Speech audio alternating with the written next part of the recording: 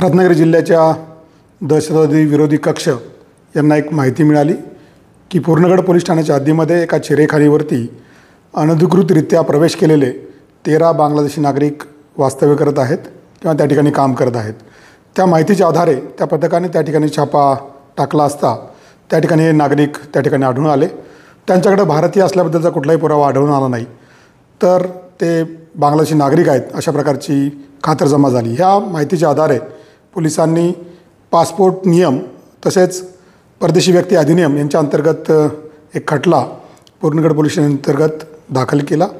त्या खटल्याचा तपास आमचे जे पोलीस ठाण्याचे प्रभारी अधिकारी आहेत रत्नदीप साळोखे API यांनी त्याचा तपास केला आणि तपास करून त्या गुन्ह्याचं दोषारोप माननीय न्यायालयासमोर सादर केला।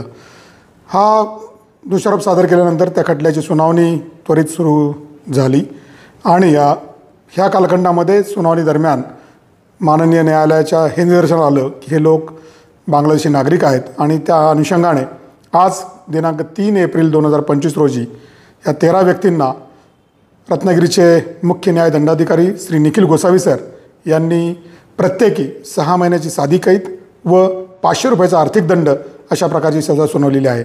मी ह्या कारवाईमध्ये सहभागी झालेले आमचे दहशतवाद विरोधी पथकाचे सर्व कर्मचारी तसेच तपास पथकाचे अधिकारी आणि त्यांचे कर्मचारी यांचं मी पोलीस अधीक्षक म्हणून अभिनंदन करतो। आज ह्या 13 लोकांना जी शिक्षा देण्यात आलेली आहे त्या लोकांना नंतर बांगलादेशामध्ये प्रत्यार्पण करण्यासंदर्भातली जी कार्यवाही आहे ती सुद्धा रत्नागिरी जिल्हा पोलीस दलातर्फे तात्काळ सुरू करण्यात येणार आहे आणि त्यांना संबंधित एजन्सीच्या मार्फतीने संपर्क करून पुढील त्यांचा जो मायदेशी जाण्याचा जो मार्ग आहे तो लवकरच सुकर केला जाईल।